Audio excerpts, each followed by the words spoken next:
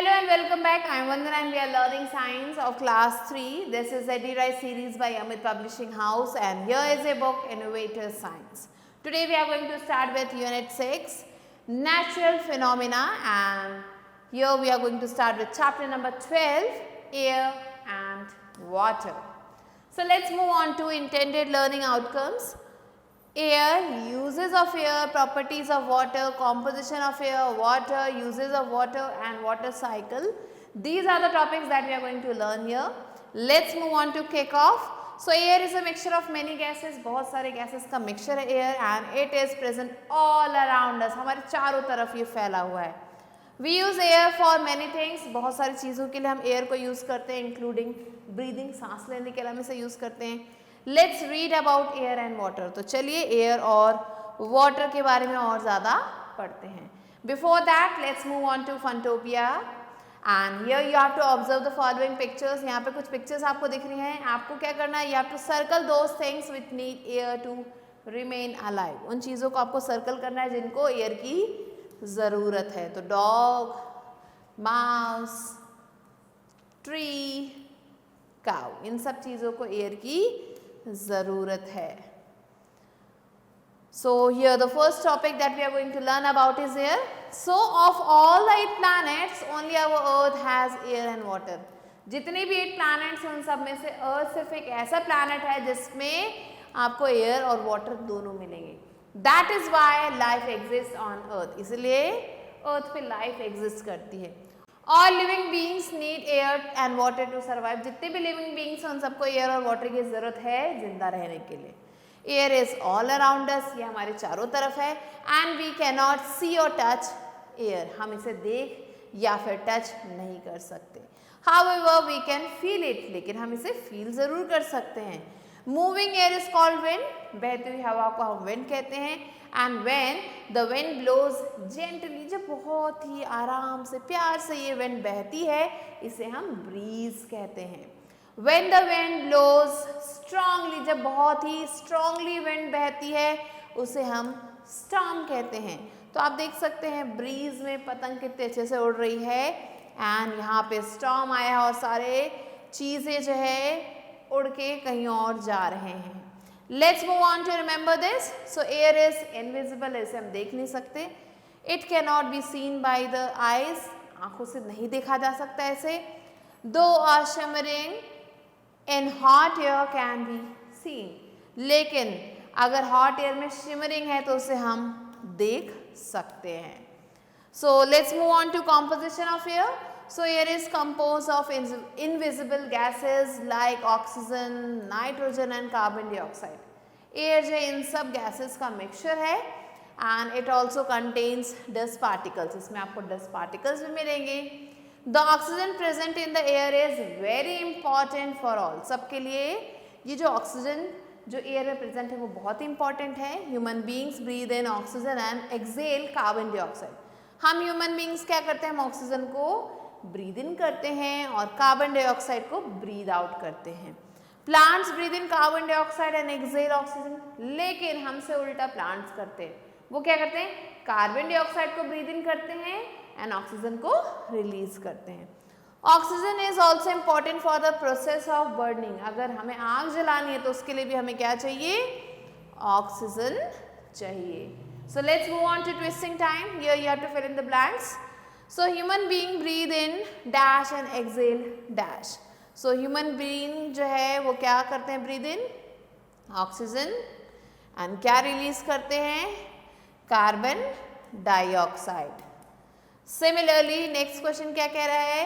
plants breathe in. तो plant जो है कार्बन डाइऑक्साइड breathe in करते हैं and exhale क्या करते हैं? ऑक्सीजन को एक्सेल करते हैं. So this you have to fill here. Next let's learn about the uses of air. So we use air in many ways. अलग अलग तरीकों से हम एयर को यूज़ करते हैं. पहला ह्यूमन बीइंग क्या करते हैं? ब्रीथ करते हैं ऑक्सीजन को जो कि एयर में प्रेजेंट है ताकि वो जिंदा रह सके. दूसरा oxygen present in the air helps in burning. ये बर्निंग में हेल्प करता है. फिर क्या होता है? Wind helps to move sail boats and wind mills.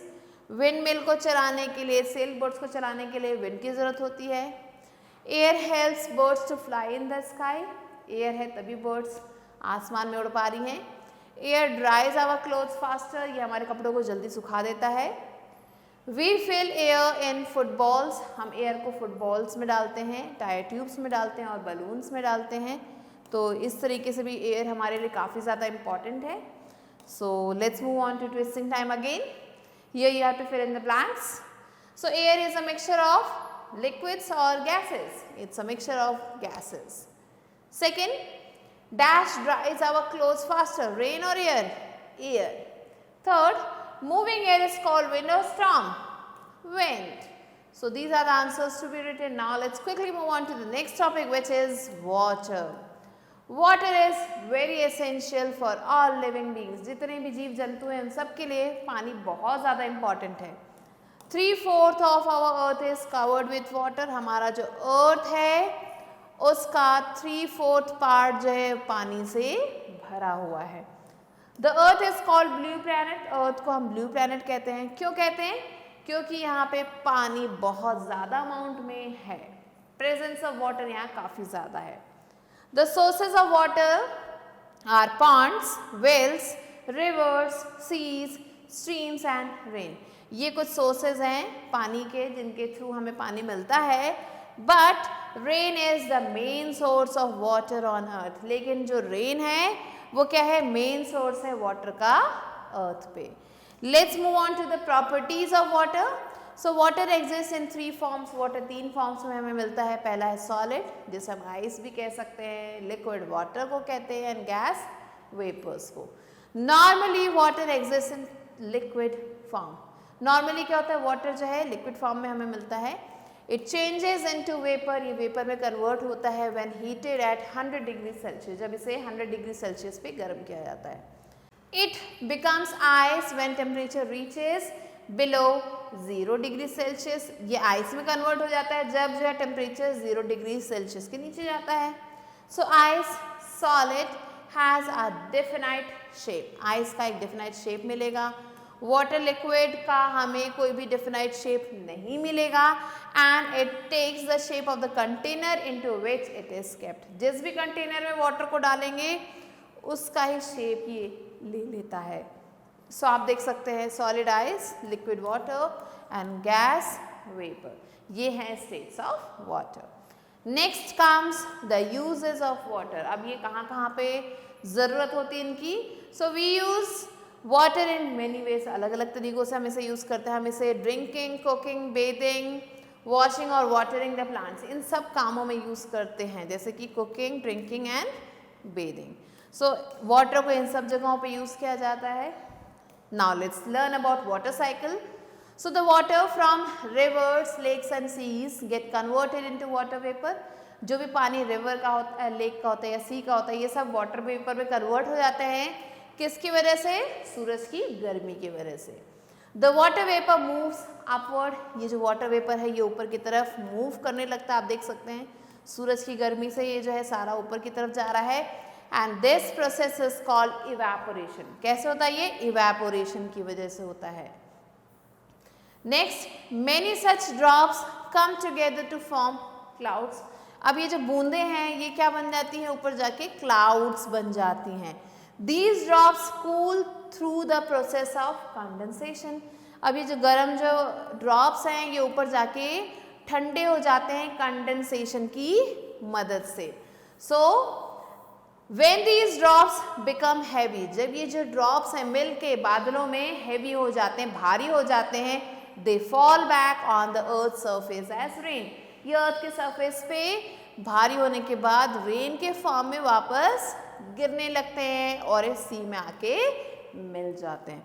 And this process is called water cycle, और इस पूरे प्रोसेस को हम वाटर साइकिल कहते हैं। वाटर का साइकिल लगातार चलता रहता है।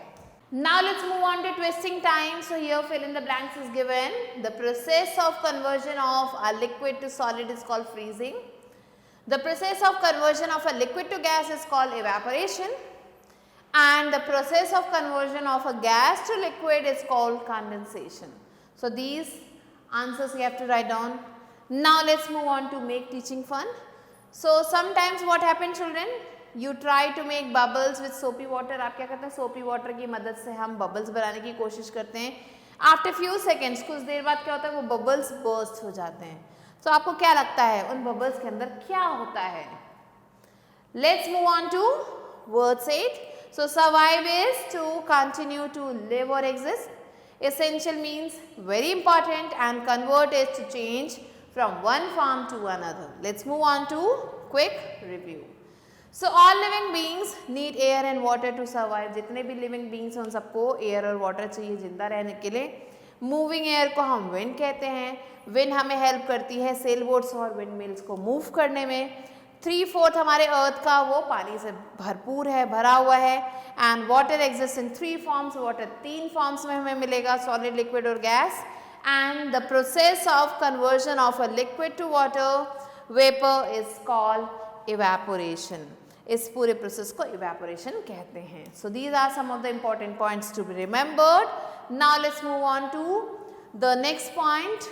The process of conversion of a liquid to water vapour is called evaporation. The process जो है जिसमें कन्वर्ट करते हैं हम लिक्विड को वाटर वेपर में, उसे हम इवेपोरेशन कहते हैं. तो चलिए अब आते हैं put on your thinking cap, जो कि आपकी बुक एक्सरसाइज है उस पर. So A exercise is darken the correct option in OMR sheet. OMR sheet में आपको कुछ ऑप्शंस जो है मार्क करने हैं. So first is plants take in carbon dioxide and give out dust, water, oxygen और nitrogen. Oxygen is the correct answer. Second, strong blowing wind is called air, storm, breeze, wind. Correct answer is storm. Third, water exists in dash forms 3, 4, 5, 6. 3 is the correct answer. Fourth one, the process of conversion of a gas to liquid is called evaporation, condensation, freezing. None of these. So gas को जब हम liquid में convert करते हैं, it is called condensation. So these are the answers to be marked. So now let's move on to B exercise, which is fill in the blanks with correct words from the box. First one is moving air is called wind. Second, oxygen present in the air helps in burning. Third, 3/4 of our earth is covered with water. Fourth one, water changes into vapor when heated at 100 degrees Celsius. And fifth one is water does not have definite shape. Let's move on to C exercise, which is check the correct statements and cross the wrong ones. First, carbon dioxide is needed for burning. No, it's false. Second, we can see air. This is also false. Third, air also contains dust particles. True. Rivers are the main source of water. False. Rain is the main source of water. Fifth one, the process of conversion of liquid to solid is called freezing. This is true. So now let's move on to D exercise, which is match the following. Moving air is called wind. Strong and fast blowing wind is called storm. Human beings breathe in oxygen, plants breathe in carbon dioxide, and earth is called blue planet. Let's move on to E exercise, which is answer the following questions. Here the first question is, what do we need to survive? So for survival we need air, water and food. Second, what is the composition of air?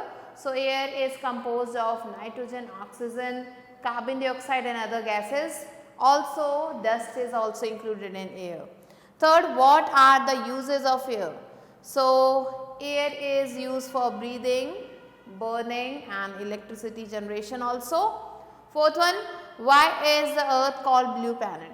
Earth is called blue planet because 3/4 of the earth's surface is covered with water. Fifth, write the 3 forms of water. So the 3 forms of water are solid, liquid and gas. Sixth one is write any 4 uses of water. So water is used for drinking, cleaning, cooking and bathing. Seventh one is describe water cycle. Water cycle is a continuous movement of water. Water from sea is evaporated by the sun's light and it forms clouds. These clouds, when they get heavy, they come down in the form of rain to earth again, and this process goes on continuously, which is called water cycle. So these are the answers, and I hope you understood the chapter. I'll be meeting you soon with a new video and a new chapter. Till then, stay tuned for the new video.